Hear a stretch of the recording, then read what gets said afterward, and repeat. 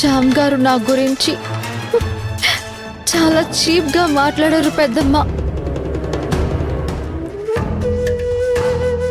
నా క్యారెక్టర్ ని తప్పు పట్టి అవమానించారు.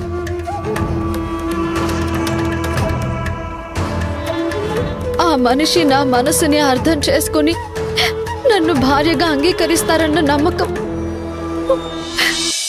నాకు పూర్తిగా పోయింది.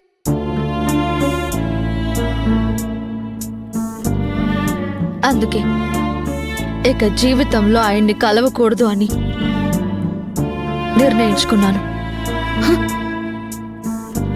గోపాల్ గారిని పెళ్లి చేసుకుని కొత్త జీవితం మొదలు పెట్టాలి అనుకుంటున్నాను.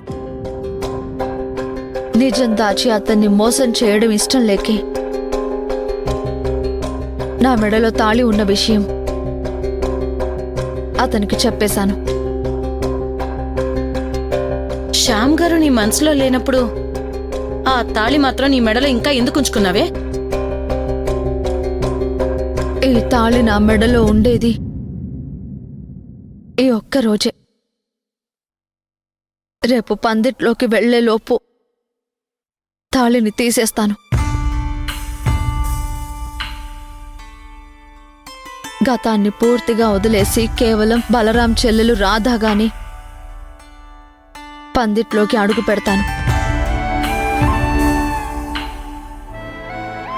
నా భవిష్యత్తుని గోపాల్ గారితోనే పంచుకుంటాను.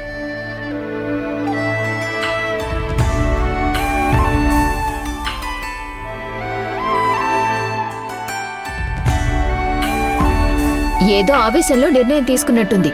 అది మంచిది కాదని చెప్పాలత్తా. మనం ఏం చెప్పినా